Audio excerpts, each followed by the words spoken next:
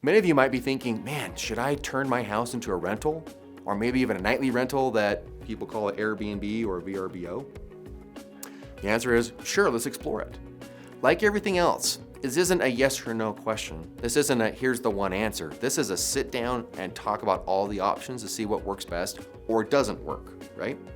So in consideration of whether or not you should look at renting out your home or doing a nightly rental with it, here's some things to think about. Number one, is that the kind of lifestyle you want, right? So first of all, do I want to have somebody else renting my basement or I'm turning it on a daily basis? Is that something you want to do? Well, someone says, hey, if I make money, great. As long as you consider it kind of like a second job to manage it, whether it be nightly rental, which is so much more, or a monthly, it is a second job, right? Just consider that piece. It isn't just, hey, I can make all this money. Secondly, if your property is already financed, realize that making that mortgage payment for 15 to 30 years is something that you're going to realize that your rents are going to make $100, $200, $300, $400, $500. And is that the return on investment you're looking for? Is this, hey, I want to hold on to a piece of property that appreciates, I'm going to sell and make a lump sum and I can have someone else make my mortgage payment for me, or I want to keep it for 30 years? These are all these considerations on whether I should or should not rent my home. When you consider the differences between renting it on an annual basis or a nightly basis, I think there's some real time spent there. I know that it's popular right now to rent places out on a nightly rental. Please consider the fact that there are certain places that allow it by city ordinance and others that are not allowed. I know most people don't quite consider that, but there are true places that say yes and a lot of places that say no, you can't. I'm not the guy to enforce it. I'm just saying we need to be aware of that, okay? Again, if you have someone coming in and staying 1 or 2 or 3 nights, gotta make sure it's clean, like a hotel, contract, security deposit, rent, received, keys, meet them there, make sure everything works. They stay the 1, 2, 3, 4, 5, 6 nights, wherever it might be, then you clean it up and get it ready for the next one. You get out there, you do contracts, so forth. It's just more work. It's a lot more work to do a nightly rental. It does have the option of actually making more money if you can turn it that fast. Yeah, but obviously people say, but I can hire people to do all that. Absolutely. Whenever we have a conversation about renting real estate, it's always ROI, return on investment. And so if you have this property financed, part of your return is going to go to the mortgage. If you're going to have someone else do this for you, then you need to make sure what their fee is, and that's covered. And then you're going to make sure that whatever repairs on this particular home, if there's people coming in and out, does that wear out a house more than someone who lives there? I don't know. Just consideration.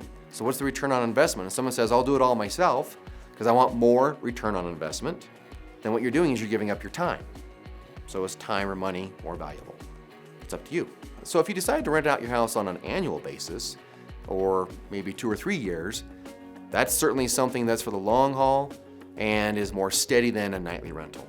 Certainly that person then comes in and says, I'll pay you this much per month, and it's usually a much steadier thing, less time. Has the potential of making less money overall because you're not doing this turning on a daily basis, but you have a lot more time to do other things like other jobs. So it kind of comes out that way. Which one's better for you? It's up to you. I will tell you that lots of times when I have conversations, many of my clients decide against it when they really sit down and ponder the amount of time and energy it takes to do it. If the house is paid for or almost paid for and the immediate return on investment is $500, $1,000, $1,500, $2,000 versus $100 or $200, it usually lasts longer. When someone is taking care of a rental and they are paying their mortgage and squeaking out $100 or $200, they usually don't do it as long, right? They say, is this really worth my time after 1, 2, 3, 4, 5 years? Just considerations. It's not really the mortgage guy to consider that necessarily, but it's something as we talk about when someone says, hey, I'm thinking about doing this.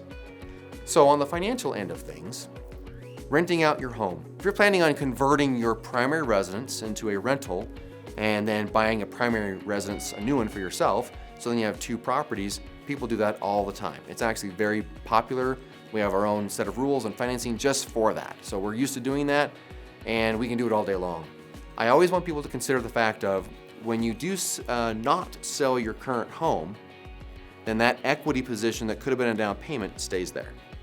So the property that you're purchasing, actually you borrow more money because most people don't have the big down payment unless they sell their home for the equity.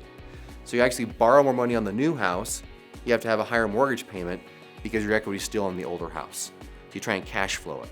So immediate return on investment usually is 6s. It usually isn't larger. It sounds fun to say that you have 2 houses, and 2 houses are appreciating and slowly going down their mortgage. So a 15-year investment, yeah, makes sense. It actually is good. It's just that most people want their return on investment within 3 to 5 years, and it's not going to be that much. I hate to be the one that tells you this, but your 30-year loan doesn't really go down that much. There's a lot of interest on the front end of those loans. It's still a fantastic loan. Who can pay a low interest rate like they do on a fixed rate? But it's amortized in a situation with interest that actually is heavy on the front end and lighter on the back end. And so if this is a 3 to 5 year investment, you want to make a monthly income off of it, it's not the best way to go, in my opinion.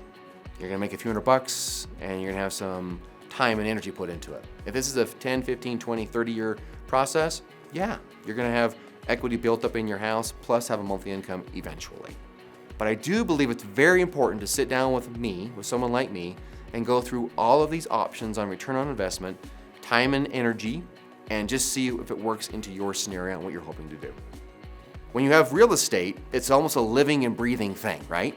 You gotta make sure it is maintained, taken care of. Even the dirt, meaning the grass and the flowers and painting the fence and those kind of things. Make sure it's taken care of appropriately. That is part of the value. A house needs maintenance, needs upkeep. And some of the mistakes I see when people are looking to invest in real estate is they go, here's my mortgage payment and here's my rent, I'm gonna make this much money. And I always say, well, there's 2 things to consider on top of the expenses. First of all, you have to consider repairs and maintenance. Repairs and maintenance are inevitable, no matter how new your house is. The newer the house, the better, right? If it's been completely redone or if it's brand new, then you have less likelihood, at least immediately, to have to replace things.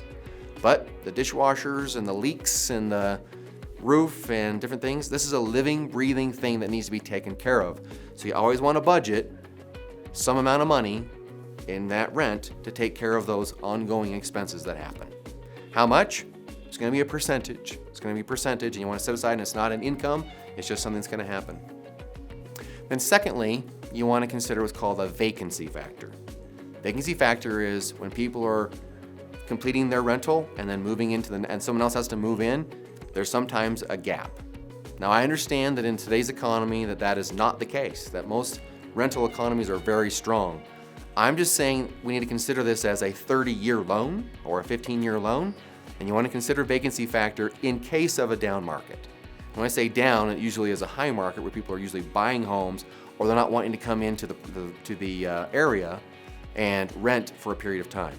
So there's just a vacancy factor that can be over the life of this loan to consider. And you want to have money set aside to make that mortgage payment in case someone is not there doing it. The thing you want to be careful of is when you rent a piece of real estate to somebody, their problems become your problems. It's just true. If they lose their job or have a health consideration, they can't pay their rent, that becomes your problem. You have to deal with that. How do I deal with that? So even though they're in the home, you don't want to be the person that kicks them out. You got a mortgage payment to pay and they haven't paid the rent. I know I'm being negative because really, rental real estate, I have some friends that have done it right and they make a ton of money.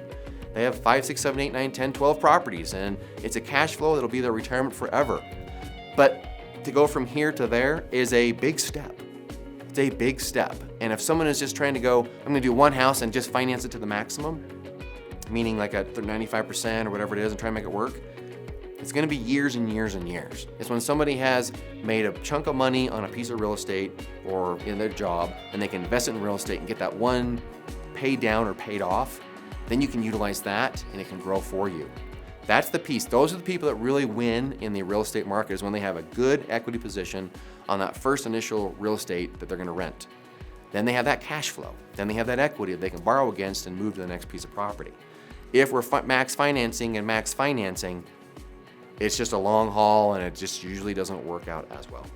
I think it's so critical when you are considering this return on investment and investing in real estate that the numbers are calculated correctly, that all considerations are made to all avenues. That's why you want to come talk to me. Let me help you do these numbers and make sure we do them accurately for you so you have the best information to make the best decision for you and your family's future.